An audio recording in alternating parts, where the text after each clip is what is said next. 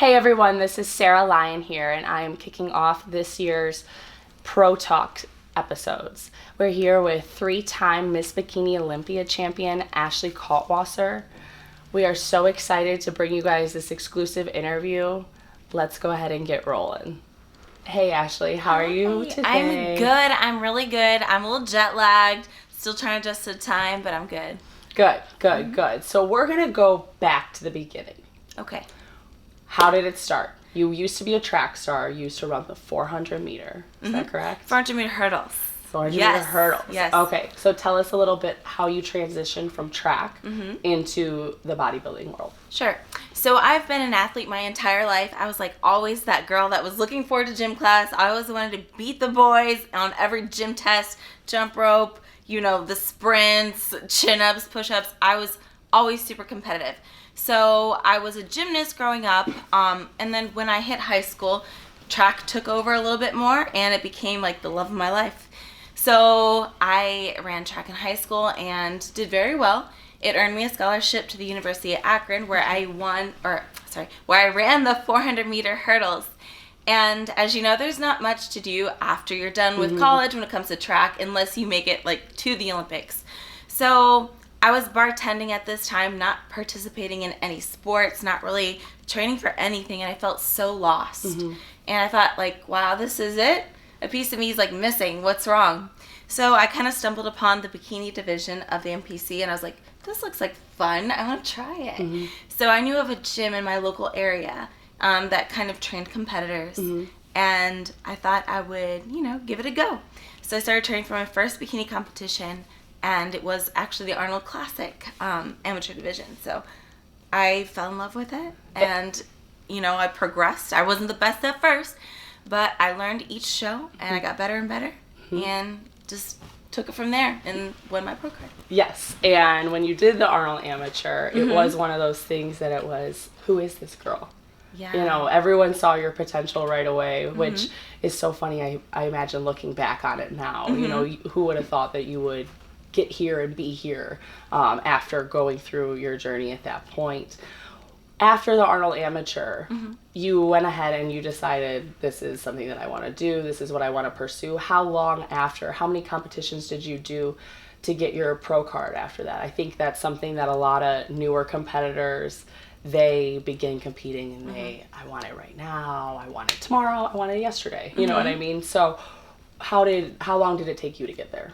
Well, to be honest, in 2011, that was my first Arnold competition. And that one is the one that didn't go so well. I was a little bit lost up there. I didn't do my research as well. I came in with like this suit that I got from Target. I didn't get a spray tan. I got it done at a salon. Like, I didn't know how to do my hair and makeup. It was just a mess. But we all have to learn and we start somewhere. Right. But a year later in 2012, I won the overall amateur division. And that's when I was like, whoa. I just won this huge show, and I know there's girls from all over the world speaking different languages and, from Iceland and South Africa, and I was like, this little Ohio girl won. Yeah. Wow. So it kind of... In her home state. Yes, my home state. I drove like 2 hours to get here, and people coming from all over the world. Right. But it was such an amazing experience, and that's kind of like the show that started off for me. So back in 2012, as an American, I wasn't able to get my pro card here. Because I was from the States, and you have to get it from a national show. I think it took me probably, I did earn my pro card that year at Team Universe 2012. I'm not exactly sure how many shows. I want to say like 4 or 5 shows. Yeah. To get my pro card. And then once I got my pro card, things really started taking off from there. Yes, they definitely did, because that's something that you just kind of went to the pro stages and you immediately kind of swung into that top 5.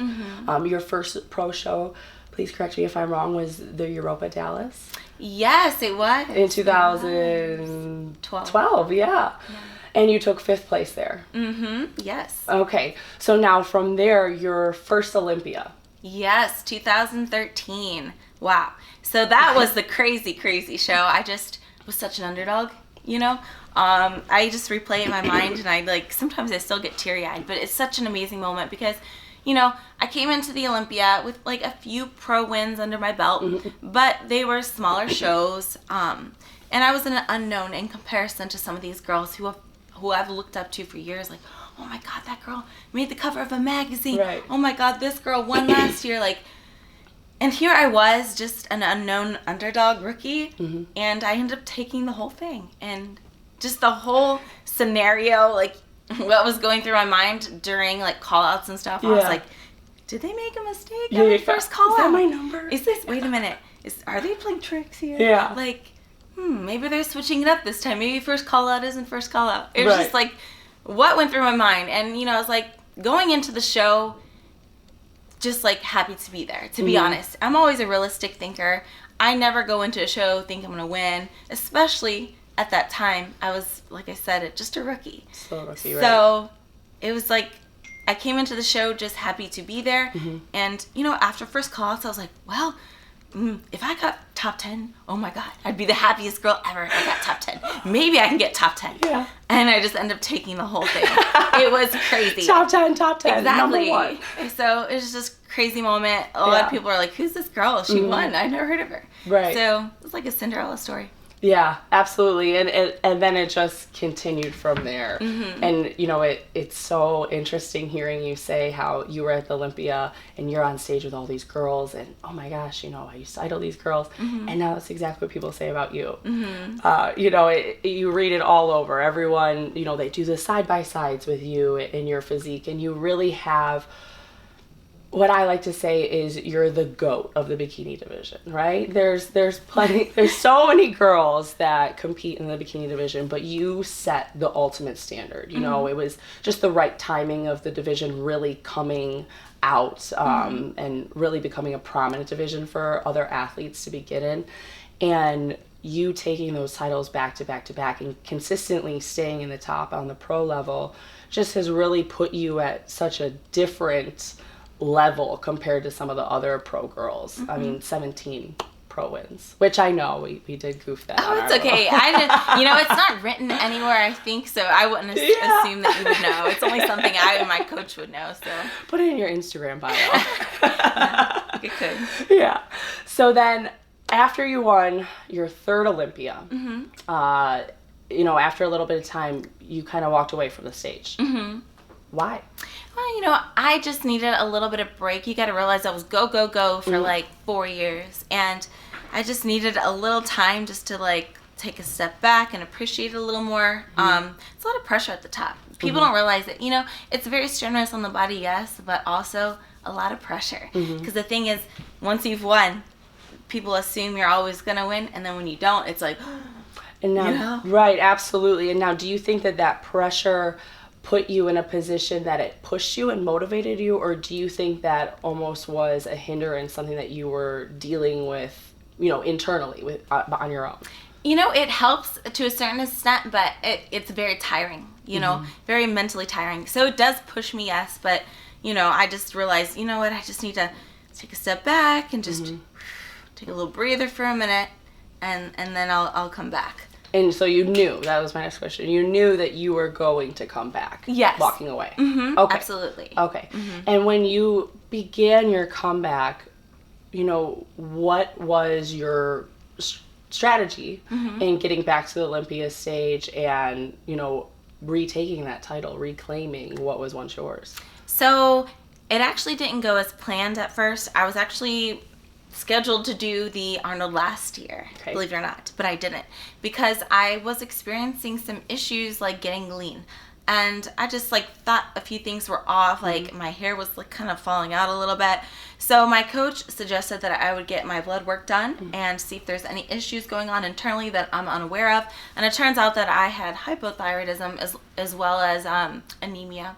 So I kind of found this out a little bit too late to correct it in time. You know, I just thought it was really weird because I was like following my diet and my training, and I was going really hard, but my numbers weren't budging, you know. But thank God I found this out, and it's a little process to get it corrected. But I've been working with my coach and an endocrinologist to help me fix this issue. So my comeback show was the Mile High, 2018. And there I won the show. So it was like a little bit of a slow process to get back on stage, but here I am.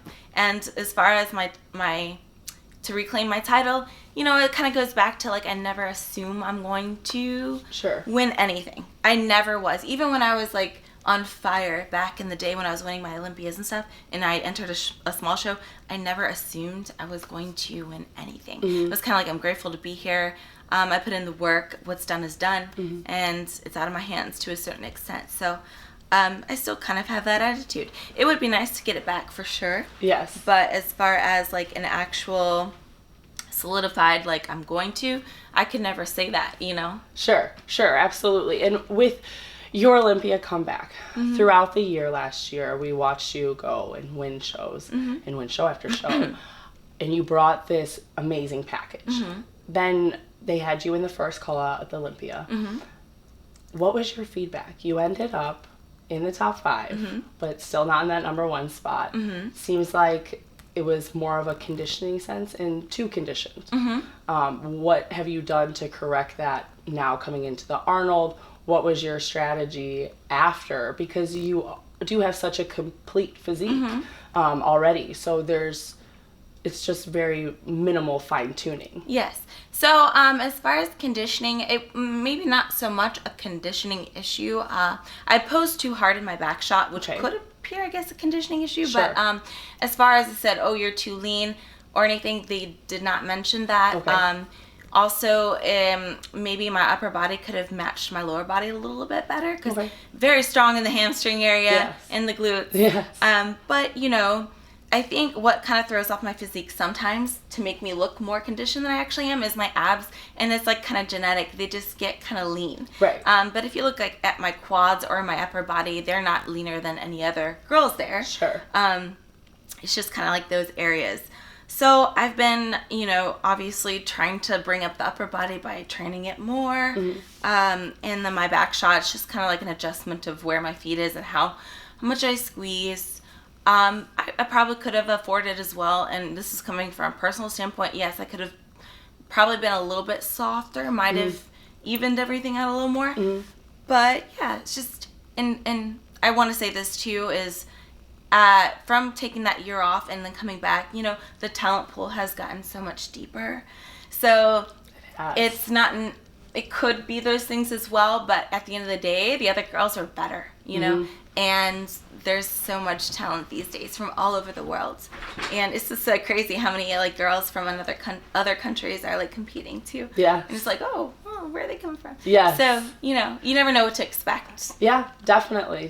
And like you said, you know, now that not only IFBB has gone global, but also the NPC, it is just opening way more doors and opportunities for more girls to come in. And bikini, of course, is, you know, the most achievable division that there is. Now, on the personal side of life, you moved to LA from Ohio.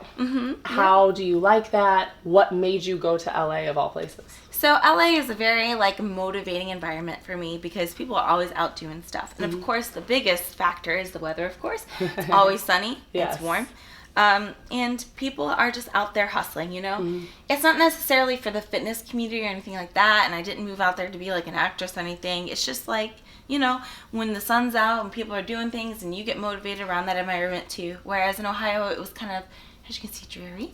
And, I don't know, it was kind of repetitive, like, you know, people go to work, come home, they do this and they do that. And it's, like, over and over. Whereas in LA, it's more of a mix-up, and people are out there doing everything.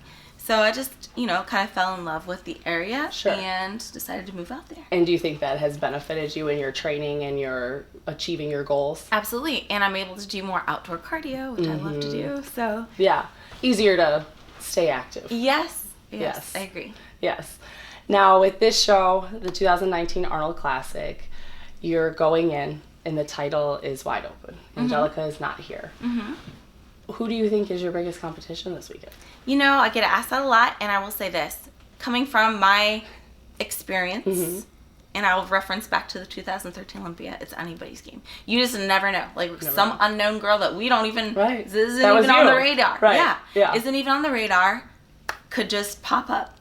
And to be honest, the girls I know of right now, you can switch probably top 10 either which way, and no one would even question it because they're so good. There's so many amazing bodies that are going to be on stage, and You just never know which way it's going to go. Right. It's exciting. It is exciting. And that's what helps keep everyone, excited to be here and see what happens. Now, with your training and your nutrition, do you do a lot of tweaks now with Peak Week, or are you kind of a walk on stage kind of girl? Well, this time we're doing something different. Usually I go pretty hard till the end, like with the cardio and the training. But this time we tried something different and just kind of eased into it, and more of like, okay, I'm ready ahead of time, so I'm just gonna relax this last week and a half, So actually my training right now is pretty easy, and same with cardio. I'm not doing anything too intense because we're trying to cut down the inflammation and just achieve the well-rested look. Sure, absolutely.